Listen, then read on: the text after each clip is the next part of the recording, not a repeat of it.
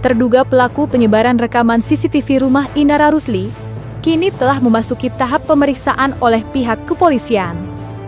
Tercatat, ada 6 orang yang disebut sebagai terduga pelaku dalam kasus ini. Menariknya, salah satu dari mereka diketahui berasal dari manajemen yang sama dengan Inara. Hal tersebut disampaikan oleh Dedi DJ, selaku kuasa hukum saksi bernama Viola. Dedi mengungkapkan bahwa nama-nama para terduga pelaku tersebut telah lebih dulu diinformasikan kepada Inara Rusli dan Insanul Fahmi sebelum akhirnya dibawa ke ranah hukum. Menurut Dedi, Inara sangat terpukul sekaligus marah ketika mengetahui fakta tersebut, terlebih karena rekaman CCTV itu diduga hendak diperjualbelikan. Atas dasar itulah, Inara memutuskan untuk membuat laporan resmi ke pihak kepolisian agar kasus ini dapat diproses secara hukum. Namun, pandangan berbeda justru datang dari Eva Mandurung. Ia menduga bahwa motif di balik penyebaran rekaman tersebut bukan semata-mata soal uang.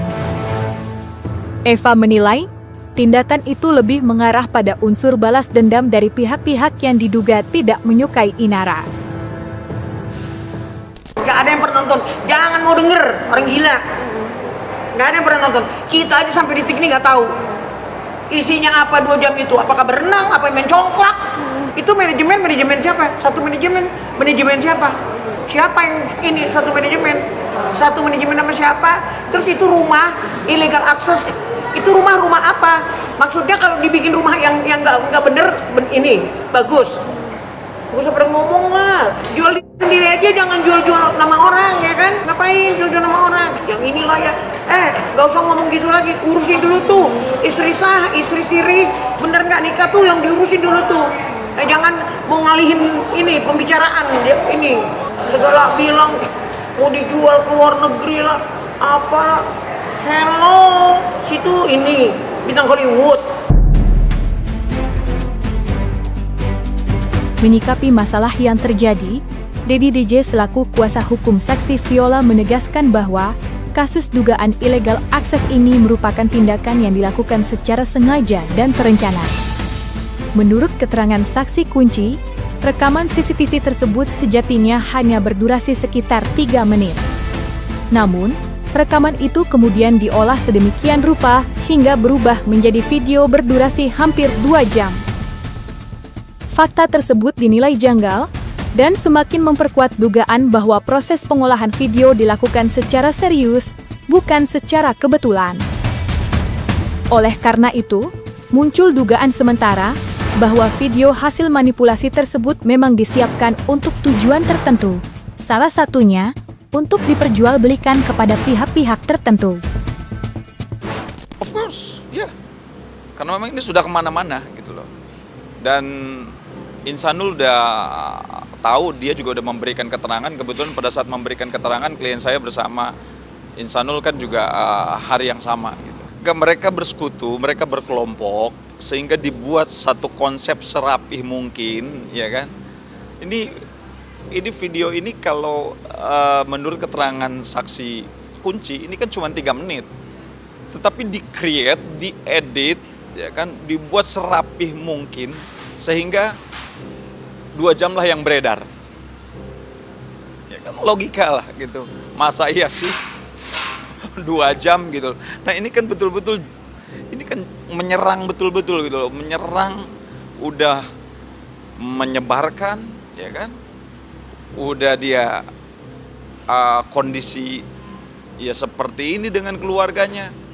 Kemudian juga di-create, diedit serapi mungkin. Makanya kita perlu penyidik ini betul-betul fokus dan atensi terkait masalah kasus illegal access ini. Apakah betul, ya kan, informasi yang beredar 2 jam, seperti apa bisa jadi 2 jam? Oh iya, manipulatif.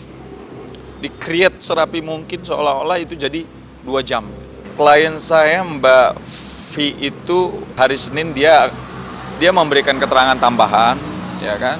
Jadi rencananya jam 10 pagi klien saya Mbak Vi harus sudah tiba di Mabes Polri. Bisa aja karena kan ini kan relevansinya ya, ada kaitannya gitu loh. Karena apa? Kalau tidak ada tindak pidana illegal akses yang berkaitan dengan CCTV, maka saya yakin tidak ada laporan di Polda Metro gitu loh. Karena sumbernya adalah mengambil CCTV secara tidak ilegal, ya kan, kemudian dia punya video itu dan video itu dijadikanlah untuk sebagai alat bukti untuk melaporkan dugaan tindak pidana perzinahan. Makanya klien saya, dia pengen betul dia menyampaikan, memberikan keterangan secara objektif, ya, secara objektif supaya betul-betul keadilan dan kepastian hukum juga bisa dirasakan oleh para pihak, baik pihak Insanul, Inara maupun Mbak Mawa. Saya mendoakan yang terbaik buat Insanul, buat Mawa maupun buat Mbak Inara. Setiap kesulitan pasti ada kemudahan. Jadi apapun bentuknya kita tetap harus bersabar, ya, harus lebih banyak ya menggunakan kepala dingin di dalam menyelesaikan persoalan yang lagi dihadapi oleh mereka. Ya, tapi yang berkaitan dengan proses hukum ini kan tujuannya yang pertama mencari keadilan, mencari kepastian. Jadi tetap proses dilakukan, apakah nanti seiring perjalanan waktu apakah akan terjadi restoratif justice atau perdamaian di antara mereka, ya mungkin ya itu saya pikir itu harapan semua orang yang bermasalah bisa menyelesaikan masalah sesegera mungkin gitu. Sebagai mantan mertua Inara Rusli, Eva Manurung terlihat tak mampu menahan emosinya saat dimintai pendapat terkait masalah yang kini kembali menyeret nama Inara.